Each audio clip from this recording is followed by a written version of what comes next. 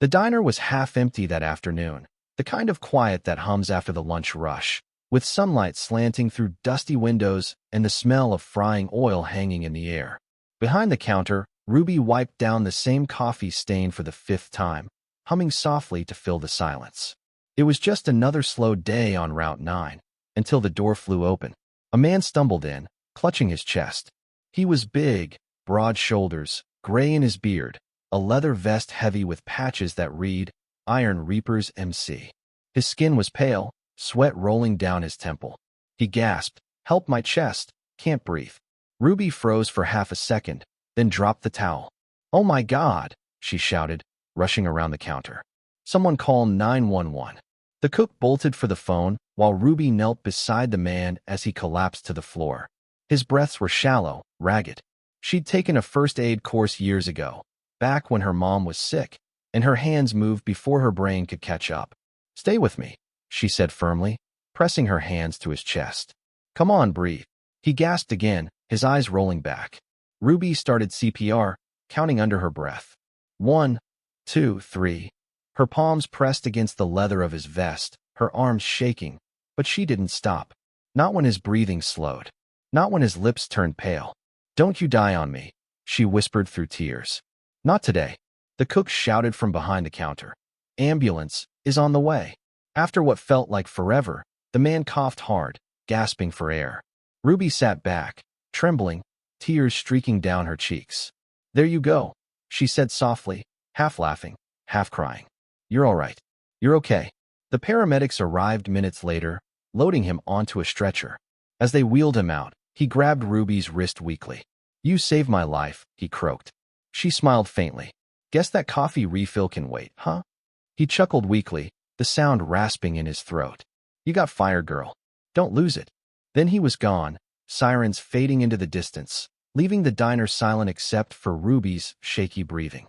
That night, she couldn't stop thinking about him, about the roughness in his voice, the patches on his jacket, the way his hand had gripped hers like he was holding on to life itself.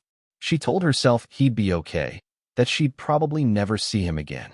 But the next day, just after the morning rush, she heard it. A deep, low rumble that made the windows shake. Engines. Dozens of them. Ruby looked up just as 20 motorcycles rolled into the parking lot, chrome glinting in the sun. Customers craned their necks, whispering. The sound alone was enough to make hearts race. But what made Ruby freeze wasn't the noise. It was the man leading them.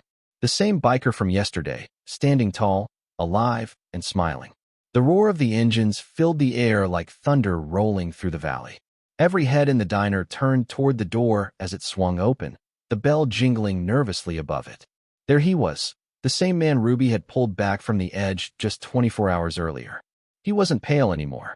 He looked alive, strong, and maybe a little dangerous in the way men like him always did. His leather vest bore the same patch, Iron Reapers MC. But this time, it wasn't just him. A whole army of riders stood behind him, their boots heavy, their jackets shining under the sunlight.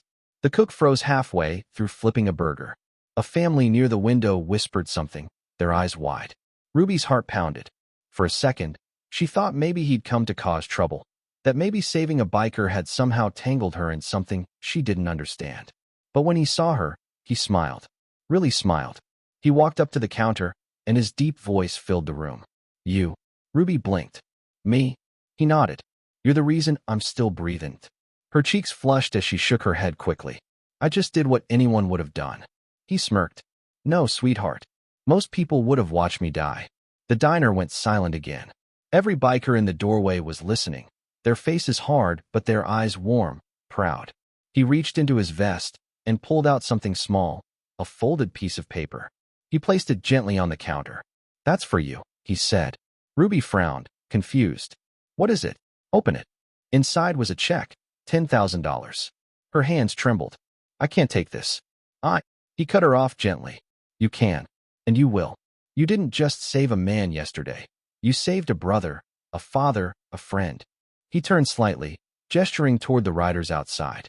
"Every one of those men out there would have had to bury me if it weren't for you. So yeah, you earned this." Tears filled Ruby's eyes. "You don't have to do this," she whispered. He smiled, his voice softer now. "No, but I want to." You reminded me there's still good in this world, even for men like me. He leaned closer, lowering his voice. You got family?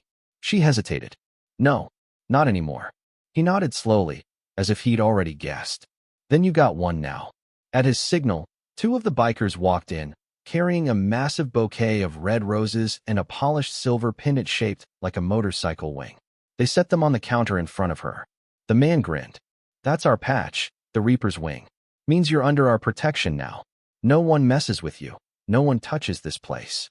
The cook gawked. You mean like she's one of you? The biker turned to him, serious but kind. She's family. We take care of family. Ruby wiped her tears, laughing shakily. I don't know what to say. Say you'll come outside, he said, standing tall. We've got something else for you. He pushed the door open, and sunlight poured in. Ruby followed him out, the crowd of bikers parting as she stepped into the middle of the parking lot. And then she saw it. Parked right in front of the diner was a brand new motorcycle, gleaming black and chrome, with her name painted on the gas tank in red script. Her breath caught.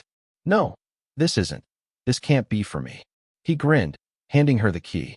You brought me back to life, Ruby. Least I can do is give you the freedom to ride yours.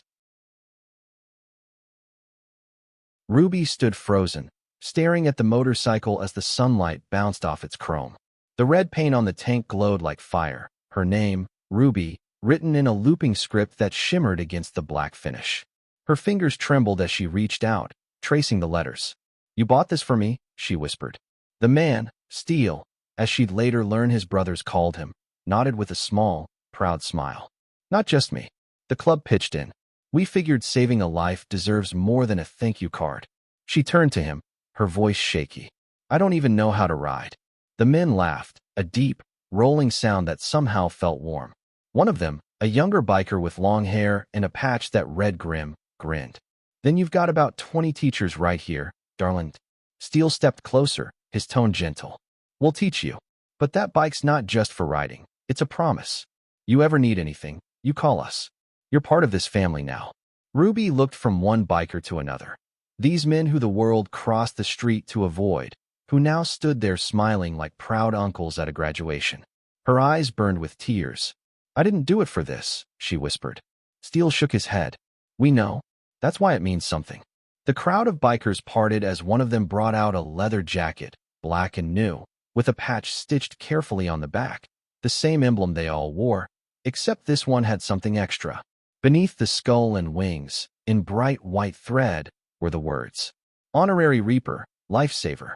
When he handed it to her, she couldn't stop the tears from falling. You can't give me this. I don't belong in a club. Steele smiled softly. You belong where you're respected, where people remember what you did. That jacket isn't about riding. It's about family. She pressed the leather to her chest, her voice breaking. You have no idea how much this means to me. He tilted his head. Yeah, I do. You kept me breathing. The men started clapping, cheering, some even whistling. Ruby laughed through her tears, the sound mixing with the roar of motorcycles revving up one by one. Steele climbed onto his bike and looked back at her.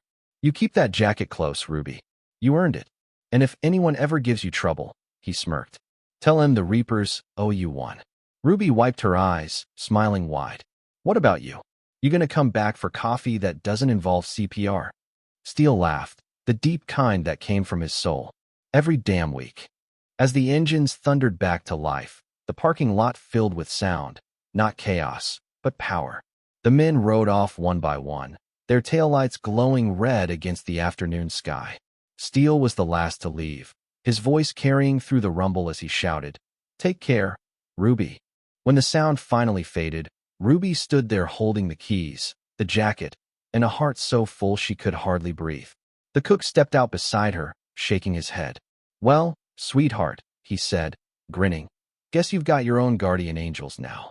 Ruby smiled, still staring down the road. No, she said softly. Not angels. Brothers. The sun dipped low over the horizon, setting the sky on fire with streaks of gold and red. The last rumble of engines had long faded into the distance, but Ruby still stood outside the diner, holding the leather jacket to her chest. The air smelled like gasoline, sugar, and something else, something warm she hadn't felt in years. Inside, The customers were still whispering, some smiling, some in awe. The cook leaned against the doorframe, watching her. "You all right, kid?" he asked softly. Ruby laughed through the last of her tears. "Better than all right." She looked down at the jacket again, tracing the stitched words, "Honorary Reaper, Lifesaver." "Feels strange, though," she added with a shaky smile. "All my life, people said bikers were trouble. Guess they never met the right kind." The cook nodded, smiling. Maybe they just never saw the heart under the leather. Ruby turned her eyes toward the road, where the heat still shimmered off the asphalt. "He said they were family," she murmured. "And the crazy part is, I believe him." That night, after closing, Ruby hung the jacket on the wall right behind the counter, above the coffee machine where she'd poured his cup the day before. Beneath it, she framed a photo that one of the bikers had snapped before leaving. Ruby in the parking lot, smiling through tears, surrounded by men who looked fierce to the world but gentle to her. Customers asked about it every day after that. And every time, Ruby would tell the story. About the biker who nearly died, the waitress who refused to let him, and the family that roared back the next morning to return her kindness 100-fold. Word spread fast. People started driving miles out of their way just to eat at her diner, the one the Reapers blessed. Some came for coffee. Others came for the story. But everyone left with a little more faith in humanity. Weeks later, when the sun dipped low one quiet evening, Ruby heard it again. The low rumble of engines rolling up the road. Her heart jumped. Sure enough, Steele walked through the door, that same grin on his face. "Told you I'd come back for coffee," he said. Ruby smiled wide. "And you didn't even need CPR this time." He laughed, setting his helmet down on the counter. "Guess that means you did your job too well." They shared a quiet moment. Two people who'd met by chance, but were forever changed by